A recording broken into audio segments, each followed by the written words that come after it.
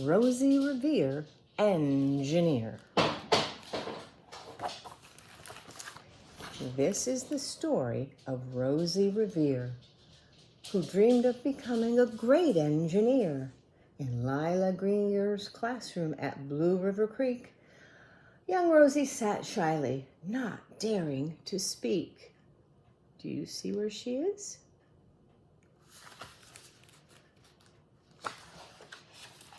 But when no one saw her, she peeked in the trash for treasures to add to her engineer's stash. And late at night, Rosie rolled up her sleeves and built in her hideaway under the eaves. My goodness, look at all that stuff. Look at all that stuff. Alone in her attic, the moon high above, dear Rosie made gadgets and gizmos she loved. And when she grew sleepy, she hid her machines far under the bed where they'd never be seen. Look at all that wonderfulness.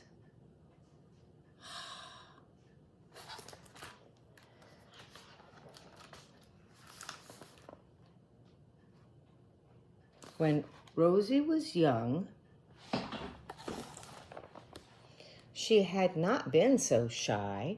She worked with her hair swooped over one eye and made fine inventions for uncles and aunts, a hot dog dispenser, and helium pants.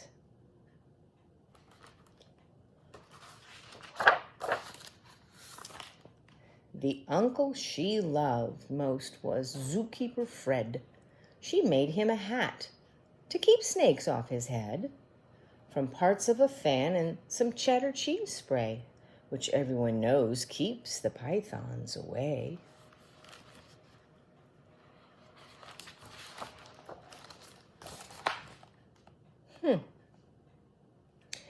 And when it was finished, young Rosie was proud, but Fred slapped his knee and he chuckled out loud.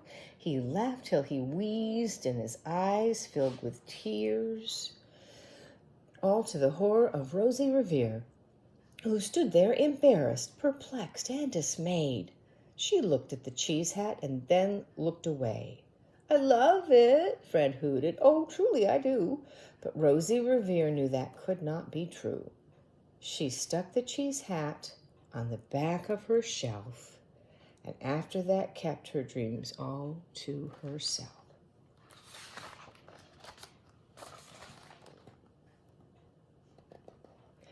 And that's how it went until one autumn day, her oldest relation showed up for a stay. Her great-great-aunt Rose was a true dynamo who'd worked building airplanes a long time ago. She told Rosie tales of the things she had done and goals she had checked off her list one by one.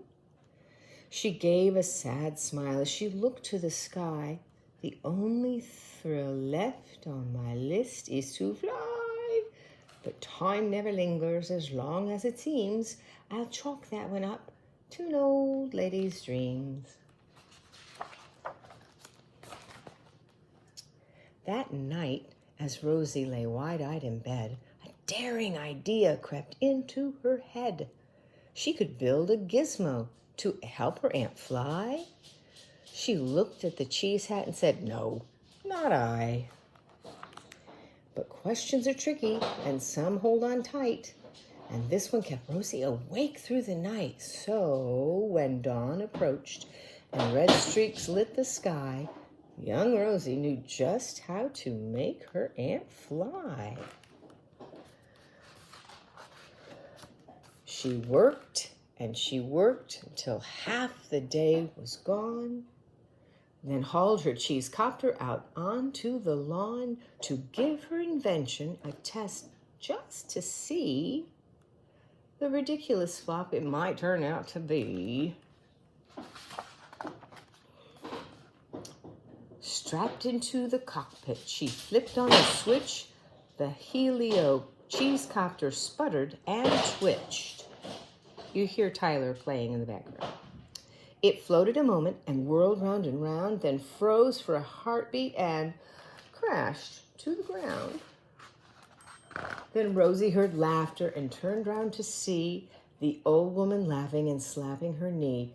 She laughed till she wheezed, and her eyes filled with tears, all to the horror of Rosie Revere, who thought, "Oh no, never, not ever again will I try to build something to sputter or spin, or build with a lever, a switch, or a gear, and never will I be a great engineer."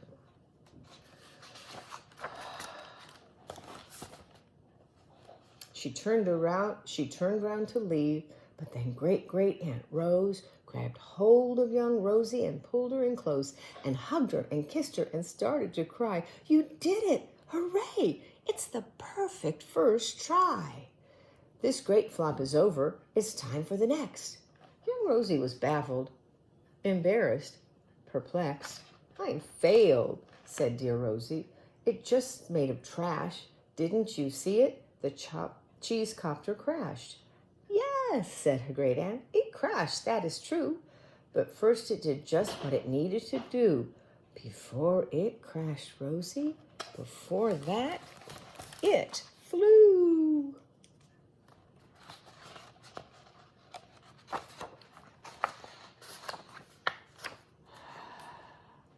In 1874, Elizabeth Thibble became the first woman to fly in a hot air balloon.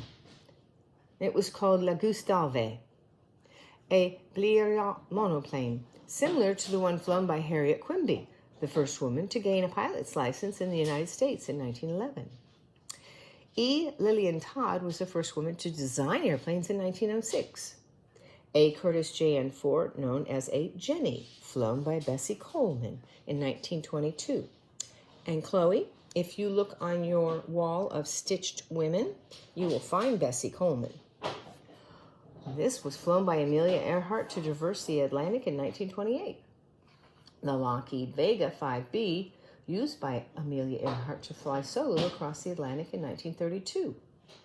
Lynn Ripplemeyer was the first woman to pilot a Boeing 747 in 1980. Your brilliant first flop was a raging success. Come on, let's get busy and on to the next. She handed a notebook to Rosie Revere, who smiled at her aunt as it all became clear. Life might have its failures, but this was not it. The only true failure is if you quit. Ooh, that's pretty. They worked till the sun sneaked away to its bed. Aunt Rosie tied her headscarf around Rosie's head and sent her to sleep with a smile ear to ear, to dream the bold dreams of a great engineer.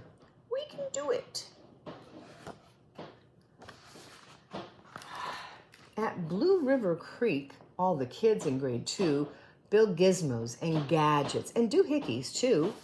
With each perfect failure, they all stand and cheer, but not quite as proudly as Rosie Revere.